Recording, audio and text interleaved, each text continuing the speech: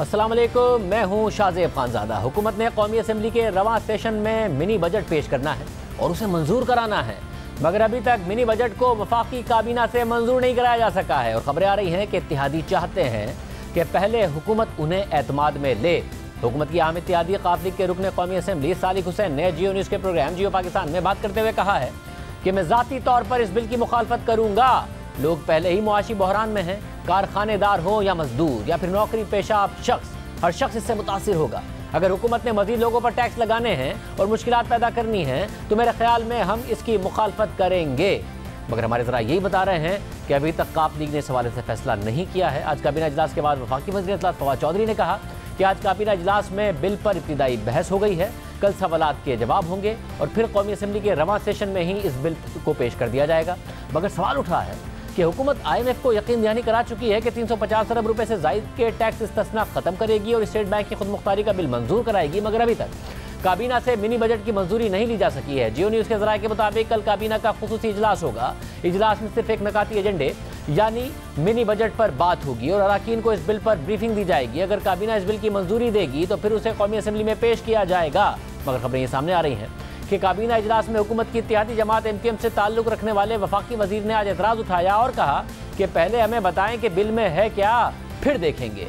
हर दफ़ा circulation summary के जरिए मंजूरी ली जाती है, पहले बिल दिखाएं फिर हम अपनी राय देंगे। हुकूमत के लिए इत्तेहादियों की हिमायत ज़रूरी है क्योंकि अपोजिशन ना सिर्फ मिनी बजट की मुखालफत कर रही है बल्कि इत्तेहादियों से राब्ते करने का ऐलान भी कर चुकी है। अब इस सूरत हाल में अगर इत्तेहादी हुकूमत का साथ नहीं देते तो हुकूमत के लिए मुश्किलात खड़ी हो सकती हैं, मगर अभी तक हुकूमत मुतमईन है और इसके कोई आसार भी नहीं नज़र आ रहे हैं कि अपोजिशन ने इत्तेहादियों से कोई राब्ता किया है या इस हवाले से अपना कोई होमवर्क किया है। आज भी काबीना इजलास के बाद मीडिया से बात करते हुए फवाद चौधरी ने कहा कि हुकूमत गिराना अपोजिशन के बस की बात नहीं है। अपने कारकुनों को कुछ चूरन भी तो बेचना होता है ना, लोग ही रात को छोड़ के चले जाएंगे सारे। हुकूमत जो है वो गिराना इनके दम की बात नहीं है। वो लोग जो है उसके लिए लीडरशिप चाहिए होती है, उसके लिए कोई इमरान खान जैसा बंदा चाहिए होता है। अपोजिशन PTI ने की थी। आप देखें जो लोग खिलाफ भी हैं ना वो ये मानते हैं कि जिस तरह से इमरान खान ने नाकों चने चबवा दिए थे वो इनके पास की बात नहीं है। तो कभी कह देंगे इतने लोग जो हैं वो उन्होंने हमसे रब्ता कर लिया है, कभी कह देंगे फलाने ने हमसे रब्ता कर लिया है। इनकी रोज़ की दिहाड़ी है, आज हमने इस लोगों को इतने पे मुतमईन करना है, कल हमने इतने पे मुतमईन करना है। सो मेरा नहीं ख्याल इनके ऊपर जो है वो कोई भी किसी को भी इसके ऊपर कोई सीरियस बात है। नून लीग का और हुकूमत का मौक़िफ़ लेंगे नून लीग के सीनियर रहनुमा राना सनाउल्लाह साहब पहले हमारे साथ मौजूद। राना साहब बहुत शुक्रिया। राना साहब इस वक्त सूरत हाल वाज़ेह है, इत्तेहादी ज़ाहिर है थोड़े बहुत बात नहीं मानेंगे फिर मान जाएंगे। कल हुकूमत ने एक ख़ास इजलास भी इसके लिए बुला लिया है। आपका कोई होमवर्क है नहीं, ये पहली अपोजिशन है जिसे हुकूमत ताना देती है कि आपको तो अपोजिशन आती नहीं है, आपके बस का तो कोई एक काम ही नहीं है, और दुरुस्त भी कहती है 3 साल से आप लोग दावे कर रहे हैं आपसे होता कुछ नहीं है। नहीं देखें, वो जिस तरह से फवाद चौधरी साहब बात कर रहे तो वो भी तो चूरे नहीं बेच रहे थे ना अपने इत्तेहादियों के लिए और अपने जो है वो मेंबरान के लिए। मामला ये है कि ये जो 350 अरब का जो ये करने जा रहे हैं अवाम के ऊपर जबर और जुल्म, तो ये एक कालक है। अगर इत्तेहादियों ने अपने मुंह पे मलनी है और अगर इनके लोगों ने, इनके मेंबरान ने अपने मुंह पे मलनी है तो हम तो उनको पूरी तरह से जो है वो आगाह करेंगे, पूरी तरह से उनको आगाह कर रहे हैं। और मैं ये आपको कह दूं कि ये लोग जो इस जुर्म में शामिल हैं ये गवर्नेंस नहीं है, ये हुकूमत नहीं है। जो लोगों के साथ जो ये जबर और जुल्म कर रहे हैं इन लोगों को जूते पड़ेंगे जब ये जाएंगे इलेक्शन के लिए हलकों में। ये तो कहते हैं ना कि अपोजिशन को अपोजिशन करनी आती नहीं है। हमने अपोजिशन की है, हमने लोगों को इस बारे में जो उनके साथ इन्होंने किया है, जो मुल्क के साथ कर रहे हैं, हर चीज़ जो है इसमें मीडिया का भी बहुत बड़ा अमल दखल है। इसमें अपोजिशन ने भी लोगों को जो है वो हर चीज़ से जो है वो आगाह किया। और आप ये देखेंगे ये KPK में आपने एक थोड़ा सा ट्रेलर देखा है, जब इलेक्शन आएगा तो आप इनका हशर देखेंगे। एग्जैक्टली जब इलेक्शन आएगा 2023 में तब आप कहते हैं कि हशर देखेंगे। आपकी तवज्जो 2023 के इलेक्शन पर है, जो कि अच्छी बात है। हुकूमत एक जमहूरी हुकूमत अपना टाइम पूरा करे, अदरवाइज आप लोगों के सिर्फ बयानात हैं इत्तेहादियों से। मगर साहब हमारी इत्तेहादियों से बात हुई है, मैं ज़ाती तौर पर बता रहा हूँ कि इत्तेहादियों से बात हुई तो उन्होंने कहा हमें अपोजिशन ने कोई राब्ता नहीं किया है इस हवाले से। हुकूमत ने हमसे ज़रूर राब्ता किया है, वो मना रही है और इम्कान यही है, कभी इम्कान है कि हम मान जाएंगे। और जब हमने नून लीग के सीनियर रहनुमाओं से बात की तो वो कहते हैं हमारा होमवर्क है नहीं कोई, बस कोशिश कर रहे हैं कि अपने ज़्यादा से ज़्यादा अरकान की तादाद को यकीनी बना सके, मिनी बजट ने पास हो जाना है, तो बस ऐसा ही है। देखें शाहजेब, इस चीज़ में, इस मामले में जहाँ तक राब्तों का तल्लक है, ये इसमें तो कोई कमी नहीं है, कोई शक नहीं है। उन लोगों के साथ जब से यूसुफ रज़ा गिलानी साहब का इलेक्शन हुआ, उनके साथ हमारा मुसलसल और तसलसल के साथ वो रब्ता रहा है। लेकिन आप देखें, ये चीज़ें भी तो है ना कि हम अगर किसी आदमी से ये वादा करते हैं तो हमने तो फिर उस वादे को निभाना है कि भाई आपको हम टिकट देंगे या अकामोडेट करेंगे। तो ये चीज़ें वो हमारी पार्टी को किस तरह से अफेक्ट करेंगी, वहाँ पे जो हमारे लोग हैं उन हलकों में उनको किस तरह से अफेक्ट करेंगी, ये सारी चीज़ें जो हैं इनको माइनस प्लस करके ही जो है वो कोई फ़ैसला जो है वो किया जाता है। हम इस तरह से तो नहीं कर सकते कि भाई ठीक है जी, ये जिन्होंने 3.5 साल 4 साल उधर मौज मेला कर लिया है, तो अब आप सारे इधर आ जाओ जो हमारे साथ हैं, उनको कहें जी हम आप जो है वो रुखसत पे चले जाएं। ये सारी खबरें तो आई थी कि 22 से 29 लोग, लेकिन मामला नून लीग से राब्ते में हैं, ज्वाइन करना चाहते हैं। ये भी खबर लग गई कि अनकंडीशनली ज्वाइन करना चाहते हैं। नहीं, अनकंडीशनल कोई नहीं ज्वाइन करना चाहता, टिकट की गारंटी चाहते हैं लोग। नहीं, इसमें जहाँ तक मेरी इसमें समझ है, अनकंडीशनली तो सियासत में अनकंडीशनली क्या होता है, जो भी ज्वाइन करेगा, जो ज्वाइन करना चाहता है, जिसने हुकूमत में जिस तरह से भी कोई बैठा है, इत्तेहादी बैठा है या मेंबर बैठा है, वो बैठा तो है ना उधर, हमारे पास आएगा तो हमारा तो एक ही मुतालबा है, कोई हमारा ना कोई डील है, ना कोई किसी किस्म का और कोई मुतालबा है, सिर्फ फ्री और फेयर इलेक्शन।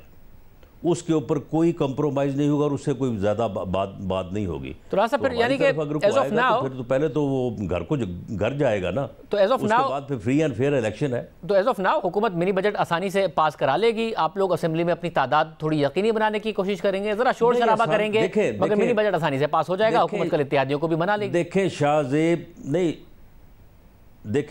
बात यह है कि हम पॉलिटिकल पार्टी हैं, अपोजिशन दूसरी पार्टी जो है वो भी पॉलिटिकल पार्टीज़ हैं। हम सियासी जदोजहद कर रहे हैं, हम वो TLP वाला काम तो हम नहीं कर रहे, हम सियासी जदोजहद कर रहे हैं। अगर उस तरफ जो है वो बड़ी पॉलिटिकल पार्टी जो है वो उस तरफ जाएंगी या उस तरफ धकेली जाएंगी, तो उसके फिर बड़े जो है वो अदरवाइज जो है वो नताइज होंगे। रास्ते में तो अच्छी बात है कि एक सियासी जमहूरी जमात के तौर पर आप एक्सपोज कर रहे हैं। जरा एक अच्छी बात है कि एक सियासी जमहूरी जमात के तौर पर बताएं कि ये जो जुल्म ये लोगों से कर रहे हैं, उसको हम पूरी तरह से जो है वो एक्सपोज कर रहे हैं। और बहुत अच्छी बात है ना कि एक सियासी मीडिया ने भी इस बारे में जो है वो भरपूर जो है वो साथ दिया। और अब इनका जो हाल KPK में कुछ भी नहीं हुआ, मगर जब ये जनरल इलेक्शन होगा जो इनके साथ तो होगा, यही कि सियासी जमहूरी जमात के तौर पर उससे पहले भी हो सकता है। अगले इलेक्शन का आप इंतजार करेंगे। 2023 के अलावा कोई वजह नहीं है राणा साहब के होगा। आप लोग ना इस्तीफे देने को तैयार हैं, ना ही और कोई बात नजर आती है। तो 2023 में इलेक्शन होगा, आप लोग पोस्टरिंग कर रहे हैं, अगला साल वैसे इलेक्शन का साल शुरू हो जाना है।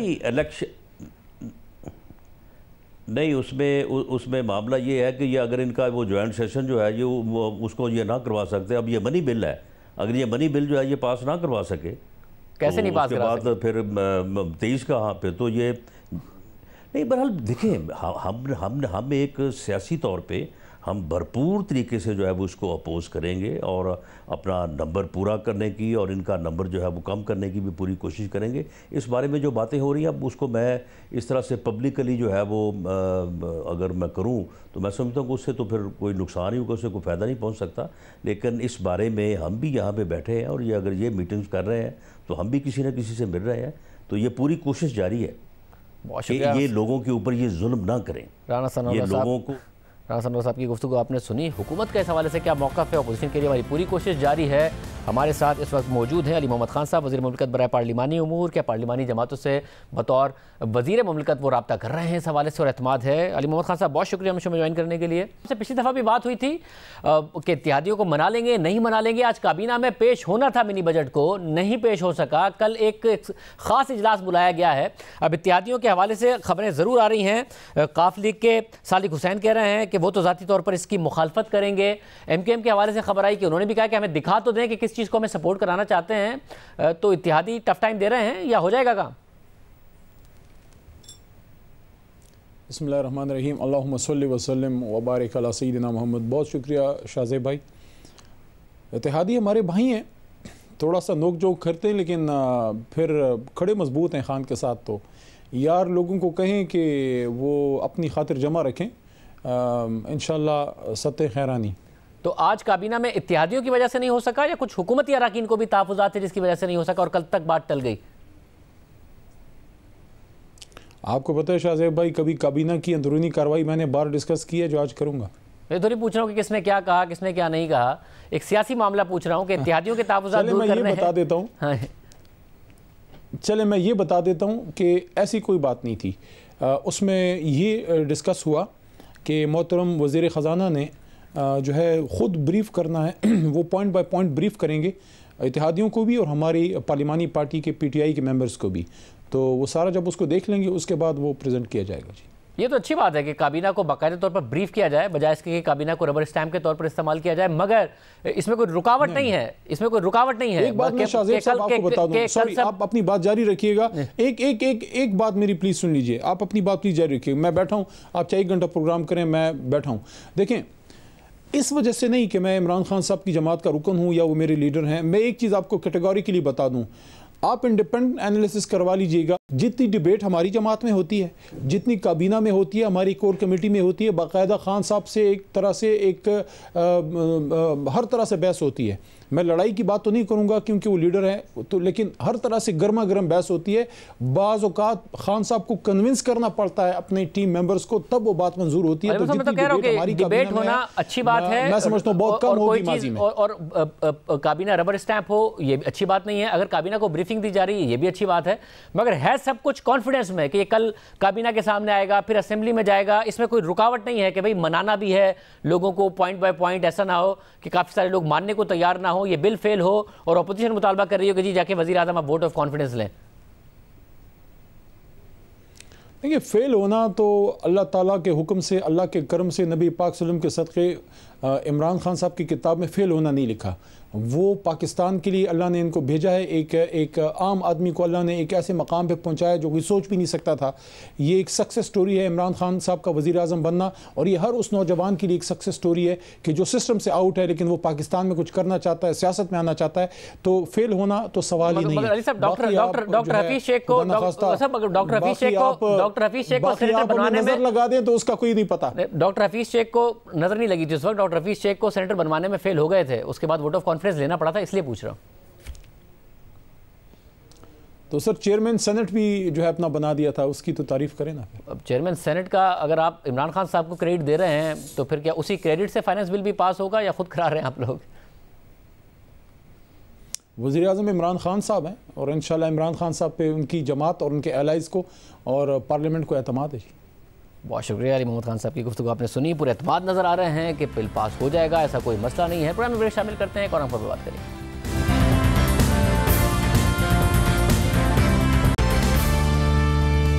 राना शमीम बयान हल्फी केस में 7 जनवरी को फर्द जुर्म आयद होगी। आज अदालत में अहम समाअत हुई जिस पर अहम अदालती रिमार्क सामने आए। इस्लामाबाद हाई कोर्ट में राना शमीम बयान हल्फी केस की समाअत चीफ जस्टिस अतर मिनल्ला ने की।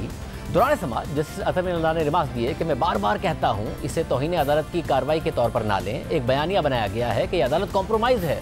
बयान हल्फी के बेनिफिशरीज को इस कोर्ट से रिलीफ मिला। समाअत के दौरान राना शमीम का असल बयान हल्फी सील्ड लिफाफे में अदालत में पेश कर दिया गया और इस मौके पर राना शमीम ने कहा कि मैं तस्दीक करता हूँ कि ये मेरा ही बयान हल्फी है। इस पर अटॉर्नी जनरल ने बात की और कहा कि मुझे भी ज़रा दिखा दें, कहीं इसका फ़ॉन्ट कैलिब्री तो नहीं।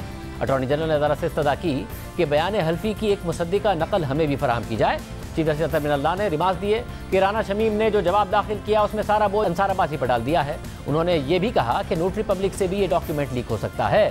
चीफ जस्टिस अतर मिनल्ला ने रिमार्क दिए कि ये मामला सिर्फ साबिक चीफ जस्टिस साकिब निसार से मुताल्लिक नहीं, बयान हल्फी ने इस कोर्ट को मशकूक बना दिया है। एक ऐसा बयानिया बना है जिसे हर कोई सच जान रहा है। इसी कोर्ट से 2 हफ्ते बाद रिलीफ भी मिला था।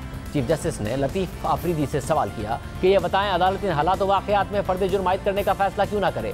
लतीफ़ आफरीदी ने जवाब दिया कि मेरे क्लाइंट ने बयान हल्फी पब्लिक नहीं किया, वो इस्तेहकाकी दस्तावेज़ थी। राना शमीम ने अपनी मरहूम अहलिया की खातिर ये बयान हल्फी रिकॉर्ड कराया। राना शमीम ने इसकी तशहीर नहीं की, प्रेस या किसी को नहीं दिया। अंसार अब्बासी से बात हुई तो पूछा ये प्राइवेट डॉक्यूमेंट आपको कैसे मिल गया। लतीफ़ आफरीदी ने सवाल उठाया कि इमरान खान और फिरदौस आशिक ऐवान के खिलाफ भी तौहीन अदालत के केसेस बने, मगर क्या हुआ? इस पर चीफ जस्टिस अतर मिलाना ने सवाल किया कि आपके क्लाइंट ने डॉक्यूमेंट लीक होने पर प्राइवेसी ब्रीच होने की कार्रवाई की? लतीफ़ अफरीदी ने जवाब में कहा कि मेरी मालूमात के मुताबिक राना शमीम ने इस मुतालिक अभी तक कोई एक्शन नहीं लिया। हमें तो ये देखना है कि तौहीन अदालत बनती है या नहीं। एक तरफ कोर्ट का दबाव है, अटॉर्नी जनरल का भी दबाव है। चीफ जस्टिस अतर मिलाना ने रिमार्क दिए कि बयान हल्फी में जिस जज का नाम लिखा है वो तो छुट्टियों पर थे। ये बताएं इस बयान हल्फी का बेनिफिशरी कौन है? जवाब में राना शमीम के वकील ने कहा कि मुझे तो नहीं मालूम कि बयान हल्फी का बेनिफिशरी कौन है। राना शमीम को मालूम नहीं था कि बयान हल्फी देने के ये नताइज होंगे। अदालत के पास और भी केसेस हैं, नहीं समझता कि इस पर इतना वक्त ज़ाया किया जाए। इस मौके पर जस्टिस अतर मिलाना ने सवाल उठाया कि कल अगर कुलभूषण बयान हल्फी दे कि ये कोर्ट कॉम्प्रोमाइज़ है, मेरा केस यहाँ ना चले तो क्या होगा? ये संजीदा मामला है जिसके नताइज हैं, इसीलिए कोर्ट ने इतने अदालती मुआवनीन भी मुकर्रर किए हैं। या आप साबित कर दें कि वाकई कोर्ट कॉम्प्रोमाइज़ थी, ये इब्तिदाई समात है, आप दलाइल मुकम्मल करें। जस्टिस अतर मिलाना ने द न्यूज़ के एडिटर इन्वेस्टिगेशन से पूछा कि अंसार अब्बासी साहिब आप कुछ कहेंगे? अंसार अब्बासी ने जवाब दिया कि राना शमीम से मेरी बात स्टोरी शाया होने से पहले हुई। राना शमीम शायद सही तौर पर याद नहीं कर पा रहे और भूल रहे हैं। मैंने अपनी स्टोरी में भी इस बात की वजाहत की है, मेरे पास उनका टेक्स्ट भी मौजूद है। अटॉर्नी जनरल खालिद जावेद खान ने दलाइल का आगाज़ करते हुए कहा कि राना शमीम इस केस में तौहीन अदालत के मुर्तकिब हुए। 3 दिन से एक चीज़ आ रही है कि बयान हल्फी किसी के ऑफिस में रिकॉर्ड कराया गया। हैरत अंगेज तौर पर इसकी कोई तरदीद भी नहीं आई। इस पर राना शमीम के वकील लतीफ़ अफरीदी ने कहा कि राना शमीम इस बात की तरदीद कर चुके हैं। ताहम अटॉर्नी जनरल ने दलाइल जारी रखते हुए कहा कि बयान हल्फी केस के तमाम मुल्जिमान पर फर्द जुमायत की जाए। इस मौके पर अंसार अब्बासी ने कहा हमारा केस इजहार राय की आज़ादी का है, अदालती मुआवनीन की भी यही राय है। अदालत ने केस में 7 जनवरी को फर्द जुर्मायत करने की तारीख मुकर्रर की तो राना शमीम के वकील ने इस्तदा की कि आइंदा समात पर चार्ज फ्रेम करने से पहले 15 मिनट हमें सुना जाए। इस पर अटॉर्नी जनरल ने कहा कि राना शमीम मान लें वो इस्तेमाल हुए और मुआफ़ी मांगे। अगर राना शमीम ऐसा करें तो मैं भी कहूँगा कि कार्रवाई ना करें। अगर ये माफ़ी नहीं मांगते तो जल्द फर्द जुर्म की तारीख मुकर्रर करें। आज समाज से कबल साबिक चीफ जज गिलगित बल्तिस्तान राना शमीम पेशी के लिए इस्लामाबाद हाई कोर्ट पहुंचे तो सहाफ़ियों के सवालों पर उन्होंने कहा कि बयान हल्फी रिकॉर्ड कराते वक्त वो अकेले थे। राणा साहब, जो कहा जा रहा है कि आपने जो मियाँ साहब के साथ बैठ के ये हल्फनामा दिया, इसमें कितनी सदाकत है? आप कोई इस पे कमेंट करेंगे? इन्होंने काम से पूछा ना, मैं आपने अकेले ये हल्फनामा दिया था? बिल्कुल। मगर 2 दिन पहले एक खबर सामने आई थी जिसमें दावा किया गया था कि राना शमीम ने लंदन में नवाज शरीफ की मौजूदगी में अपने बयान हल्फी पर दस्तखत किए थे और उस वक्त कमरे में और भी लोग मौजूद थे और वफाकी वज़ीर इत्तलात फवाद चौधरी ने उस खबर को शेयर भी किया और शरीफ खानदान को सिजिलियन माफिया भी करार दिया। मगर सवाल ये उठा कि ओथ कमिश्नर चार्ल्स गथरी ने तो जियो न्यूज़ से बात करते हुए कहा था कि बयान हल्फी पर दस्तखत के वक्त जस्टिस राना शमीम अकेले थे। True and genuine paper. ये सच्ची और असल दस्तावेज है। ये बयान मुझे मौसर तरीके से दिया गया। जिस शख्स ने इसे बनाया उसने अपना पासपोर्ट, कौमी शनाख्ती कार्ड दिखाया था। Produce their passport and national ID. ये आज़ादाना तौर पर बनाया गया। अगर आपको इस बात की तस्दीक के लिए किसी भी अदालत या किसी कानूनी फोरम पर हाजिर होना पड़े कि ये वो दस्तावेज हैं जिस पर राना शमीम ने दस्तखत किए थे, क्या आप इसकी तस्दीक करेंगे? जी हाँ, बिल्कुल।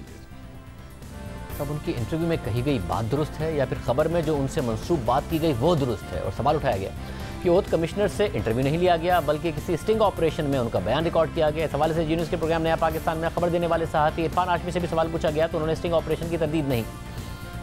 Just by reading the story in the evidence available, क्योंकि आपको पता है कि अगर कोई इंटरव्यू होता है तो आप उसमें लिखते हैं कि जब उनसे ये सवाल हुआ तो उन्होंने ये जवाब दिया, तो इस तरह की कोई लैंग्वेज यूज़ नहीं की गई। स्टोरी पढ़ के लगता है कि एविडेंस है और उन्होंने ये बातें कही हैं जिसका एविडेंस है, तो यानी कि ये इंटरव्यू नहीं है। इतना तो तस्दीक कर सकते हैं ना आप।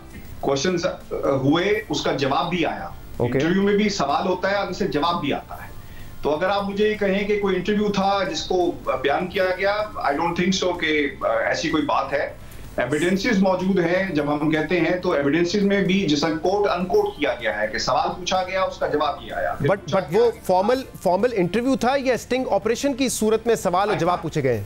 नहीं, मैं अभी इवन एट दिस लेवल मैं इस चीज को जो एविडेंसेस हैं आई कैन नॉट कंफर्म और डिनाई, और मैं कुछ ऐसा नहीं कह सकता कि ये स्टिंग ऑपरेशन था, किसी ने किया, करवा के दिया गया, एविडेंसेस कैसे कलेक्ट किए गए। But I confirm that these evidences do exist और जो मुश्किल में डाल देंगे क्रॉस हेड लोगों को। अब देखते हैं इस हवाले से क्या सबूत सामने आते हैं। प्रोग्राम में एक ब्रेक, उसके बाद एक और अहम खबर की बात करेंगे।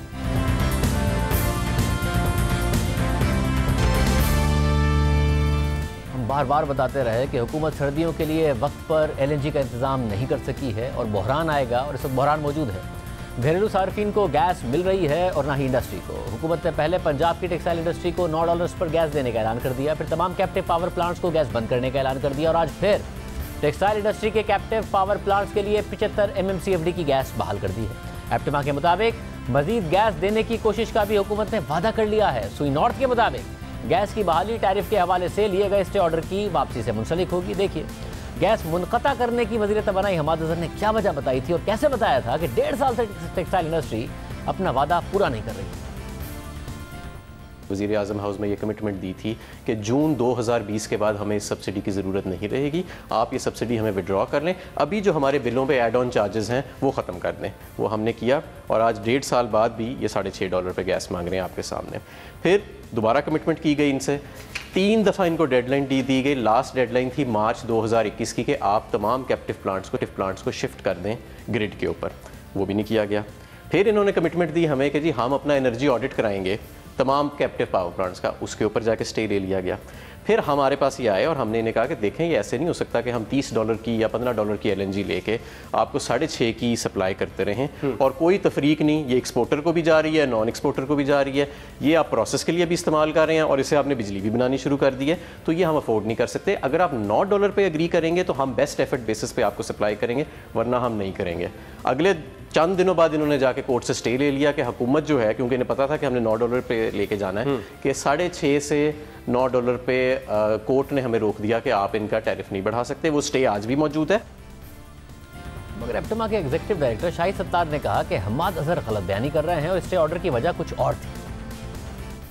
वो आप कह रहे हैं वो कैबिनेट कमेटी में चले गए वादा करके, मगर वो ट्वीट कर रहे हैं कि आप लोग अदालत गए हैं और $9 का अग्री किया और आप फिर अदालत क्यों गए? जब हमने अग्री किया उसके बाद उस शर्त पे किया कि हमारी लोड शेडिंग नहीं होगी। जब ये कैबिनेट कमेटी में चले गए कि हम लोड शेड करेंगे तो हमारे पास क्या रह गया? हमारे पास रेट भी चला गया और गैस भी नहीं रही, तो हम क्या करें, किधर जाएं? हमाद अजहर का पर्सनल वादा तो नहीं है, हुकूमत का वादा बनता है ना। तो उसके बाद उससे फिर जाना, रेट भी डबल दें और गैस भी नहीं मिलेगी, ये तो नामुमकिन सी बात है ना। वज़ीर तवानाई हमाद अज़हर ने यह भी बताया कि कैसे टेक्सटाइल सेक्टर को दी जाने वाली सब्सिडी का बरामदाद में फ़ायदा नहीं और किस तरह अरबों रुपए की सब्सिडी ले ली जाती है। ऐसे नहीं हो सकता कि मैं बाहर से महंगी गैस मंगाऊँ, 62 अरब की उसको सब्सिडी दूं, आपको वो मैं दे दूं, उसमें ये भी तफरीक नहीं है कि कौन एक्सपोर्टर है कौन नहीं, उसमें ये भी तफरीक नहीं है कि ये गैस आप प्रोसेस यानी कपड़ा बनाने के लिए इस्तेमाल करेंगे या इसे आप बिजली बनाना शुरू कर देंगे। हमने एक स्टडी कराई है, मौजूदा सूरत हाल में हम जो ये सब्सिडी दे रहे हैं इसका एक्सपोर्ट के राइस से कोई ताल्लुक नहीं। कोई पता नहीं इम्पोर्ट कर रहे हैं या एक्सपोर्ट कर रहे हैं या लोकल मार्केट में कर रहे हैं, कोई पता नहीं ये कपड़ा बनाने के लिए इस्तेमाल हो रही है या बिजली बनाने के लिए इस्तेमाल हो रही है। बस दही जो 60 अरब बिल हो गया, 100 अरब बिल हो गया साल का, ऐसे नहीं हो सकता। गैस पे जी तकरीबन जो इस साल इन्हें सब्सिडी जाएगी वो 62 अरब रुपया साल की है और बिजली पे 20 अरब रुपया सालाना है। एक दफ़ा फिर गैस बहाल कर दी गई है। हमने आज हमाद अज़हर साहब को फिर बुलाया, वो नहीं आए, मगर हमारे साथ एप्टिमा के चेयरमैन अब्दुल रहीम नासिर साहब मौजूद हैं। उनसे पूछेंगे कि हुकूमत ने वो तमाम कंडीशंस लगाई हैं जिनका हमाद अज़हर साहब जिक्र कर रहे थे या मजीद मराद ही देने का दोबारा वादा कर लिया है। अब्दुल रहीम नासिर साहब बहुत शुक्रिया हमें शो में ज्वाइन करने के लिए। अब्दुल रहीम नासिर साहब, फाइनली सुई नॉर्थ की तरफ से भी कह दिया गया कि 29 दिसंबर से गैस की फरहमी कैप्टिव पावर प्लांट्स को शुरू कर दी जाएगी, तो ये बैक टू स्क्वायर वन है कि हुकूमत आपको $9 पर देने के लिए मान गई थी, आप लोग अदालत चले गए जैसा कि हमाद साहब ने कहा, जिसकी वजह से उन्होंने फिर वो नहीं दी, अब आप $9 पे मान गए, वो फिर आपको दे रहे हैं। तो दरमियान में ये सारा का सारा जो मामला हुआ वो एप्टिमा के या आपकी टेक्सटाइल यूनिट्स के अदालत जाने की वजह से ख़राब हुआ, दोबारा बहाल हो गया? जी शुक्रिया शाहजेब आपको मुझे इन्वाइट करने का। इशू ये है कि इंडस्ट्री तकरीबन 50% तो इंडस्ट्री पंजाब की खास तौर पे बंद हो गई थी पिछले 10 दिन के लिए। 15 दिसंबर से आज तक तकरीबन हमारी 50% एक्सपोर्ट इंडस्ट्री बंद थी, जिसकी वजह से कई ऑर्डर्स लूज हो रहे थे, बहुत सारी लेबर का मसला पड़ गया था कि उनको जॉब्स कहाँ से प्रोवाइड करें। तो आई थिंक हमारी जब हुकूमत से ये दरख्वास्त दी गई जिसमें रज़ाक दाऊद साहब थे, शौकत तरीन साहब की एक कमेटी बनी थी और जिसमें उन्होंने डिसाइड किया कि जी इसमें पाकिस्तान का नुकसान हो रहा है, ना कि एनर्जी का या टेक्सटाइल का नुकसान है, ये पाकिस्तान का नुकसान है।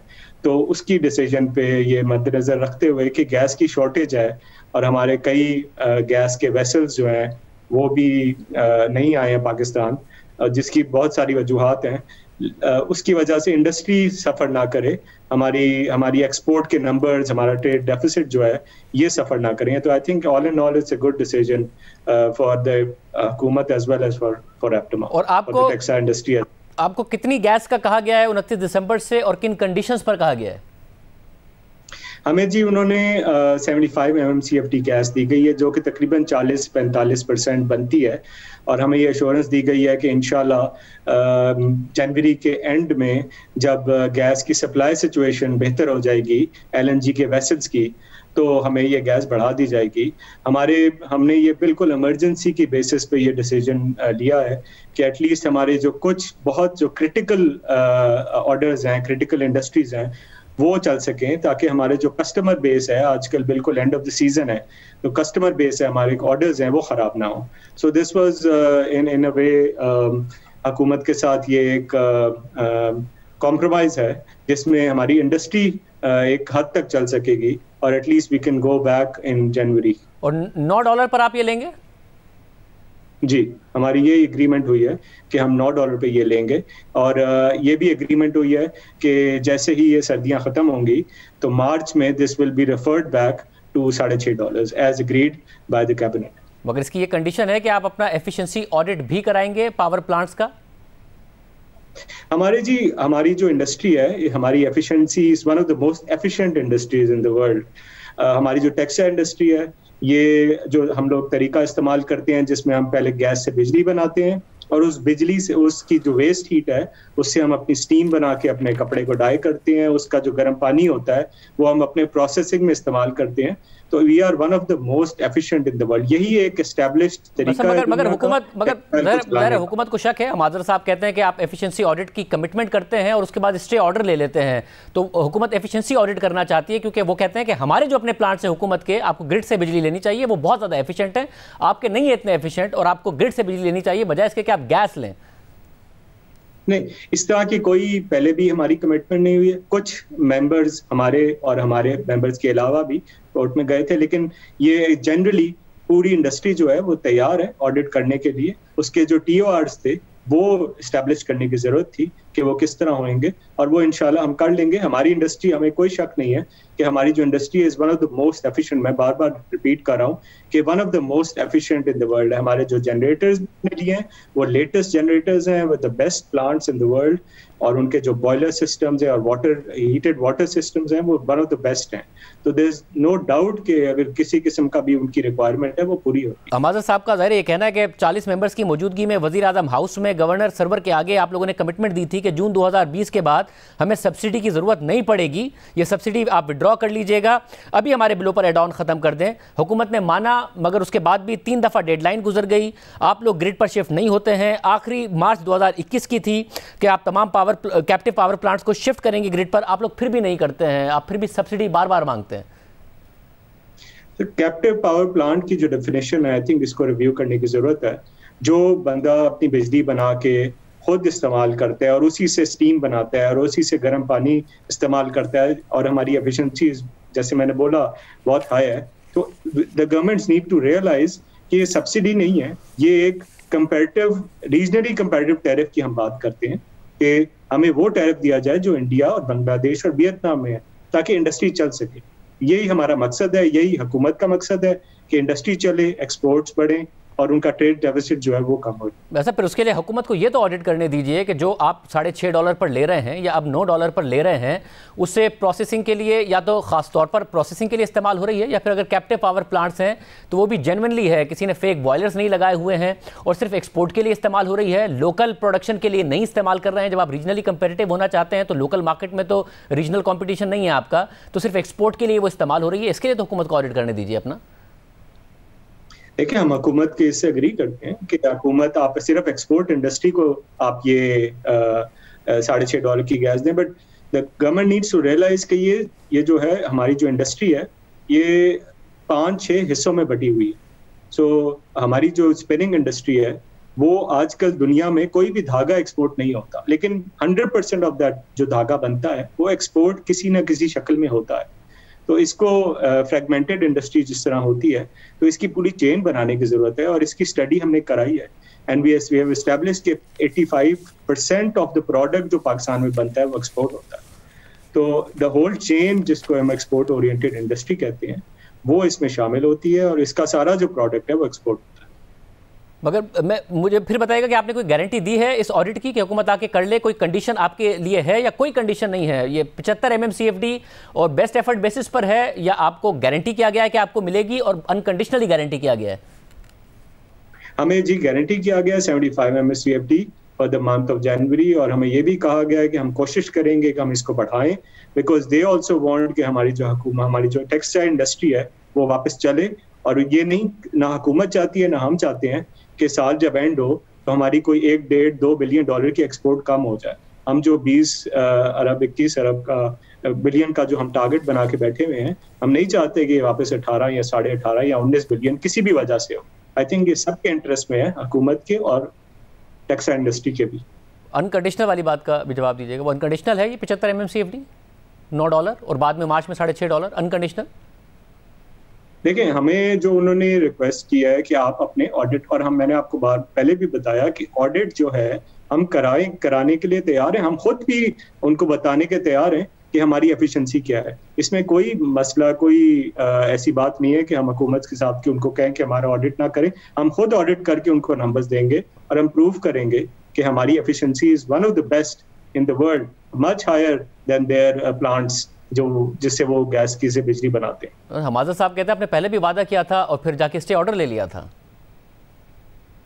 सर, जो डिस्कशन हमारी हमेशा से गवर्नमेंट से रही है, और आई थिंक उन्होंने ये रियलाइज भी किया और बार बार उन्होंने हमें कन्विंस भी किया है कि हम आपको रीजनली कंपैरेटिव इंडस्ट्री देंगे। और हमारी जो टेक्सटाइल पॉलिसी है उसमें भी यही बात बार बार की गई है कि इंडस्ट्री का जो टैरिफ है वो रीजनली कंपैरेटिव होना चाहिए। अगर नहीं होएगा तो इंडस्ट्री नहीं सर्वाइव कर सकेगी, नहीं एफिशिएंट होगी। We have to realise. मगर 90% जो आपके यूनिट्स हैं, हमाजा साहब कहते हैं उनको सीमलेस कनेक्शन मिला हुआ है बिजली का। 9 सेंट पर बिजली देने को हुकूमत तैयार है और दे रही है। 8.5 सेंट बांग्लादेश में है, तो ये रीजनली कंपेरेटिव तो है, मगर आप बिजली पर जाने को तैयार नहीं है। सर, इंडस्ट्री जो टेक्सटाइल इंडस्ट्री है वो कोई ऐसे इंडस्ट्री नहीं है जो सिर्फ बिजली पर चल सके। जैसे मैंने बताया कि हमारा जो इंडस्ट्री है उससे बिजली भी चाहिए होती है, और उसी गैस से हम स्टीम बनाते हैं, और उसी गैस से हम गर्म पानी बनाते हैं। सो ये तीनों चीज़ों की ज़रूरत है to run our industry as a whole. अगर हमें यही नहीं मिलेगी तो हम इनकम्पैरेटिव हो जाएंगे। आप सिर्फ बिजली दे दें और उसके अलग जो स्टीम है वो हमें कोयले से बनाने पड़े, ये दुनिया में कहीं नहीं होता। तो अगर हमें दुनिया से किसी अलग मॉडल पे चलाया जाएगा तो हमारी इंडस्ट्री नहीं चल सकती। So the government has to realise कि what is the best practice to produce energy जिसमें बिजली भी है और स्टीम भी है और पानी, गर्म पानी भी है। वो बेस्ट प्रैक्टिसेस अगर होंगी और रीजनली कंपैरेटिव रेट पे होंगी तो ही इंडस्ट्री सर्वाइव कर सकेगी और फ्लरिश कर सकेगी। और इसका अगर एफिशिएंसी ऑडिट होगा तो आप स्टे नहीं लेंगे? अगर हुकूमत को कोई शकों को शुबहात हैं उस दावे पर जो आप कह रहे हैं, तो स्टे ऑर्डर नहीं लेगी इंडस्ट्री? देखिए, हमारी डिस्कशन हुई है वो TORs उन्होंने हमसे बैठ के डिस्कस करने हैं। We will sit with them and we will establish TORs कि जिस बेसिस पे उनको चाहिए। हम तो ये बार बार कह रहे हैं कि हमारी जो इंडस्ट्री है वो एफिशिएंट है। वी प्रोड्यूस जो हमारी जो स्टीम बनती है वो वेस्ट हीट पे बनती है। अगर हम ये चाहें कि हम बिजली ज़ाया कर दें, उसकी वेस्ट ज़ाया कर दें, तो that's not an effective way of producing energy जिसमें बिजली भी आती है, गैस भी आती है, स्टीम भी आती है और गर्म पानी भी आता है। तो बार बार ये मैं कह रहा हूँ, वी विल एस्टैब्लिश। उन्होंने हमें कहा है कि हमारे साथ बैठ के TORs एस्टैब्लिश करेंगे और इंशाल्लाह हम उनके साथ जाएंगे। और ये अगले महीने हमारी मोस्ट प्रोबेबल मीटिंग होगी जिसमें रज़ाक साहब will be heading the committee and they will establish TORs। जिस बेसिस पे वो चाहेंगे तो वो आके हमारी इंडस्ट्री, बल्कि they asked us to give them data, और हम खुद प्रोवाइड करेंगे उनको ये डेटा। सब तो शौकत अली साहब, रज़ाक दाऊद ने ये इस बात से इत्तफाक किया कि पिछले 10 दिन जो इंडस्ट्री बंद हुई और नुकसान हुआ वो गलत हुआ। जी, दे रियलाइज्ड, आई मीन इसी वजह से बहुत क्योंकि गैस की अवेलेबिलिटी की हमें सबको पता है कि there is availability issue, gas की LNG की सप्लाई के इश्यूज हैं। तो उस बेसिस पे उन्होंने बेस्ट जो भी तरीका निकाला, they were able to provide us 75 MMCFD gas. बहुत शुक्रिया। आज के प्रोग्राम में इतना ही। इजाज़त दीजिए। अल्लाह हाफ़िज़।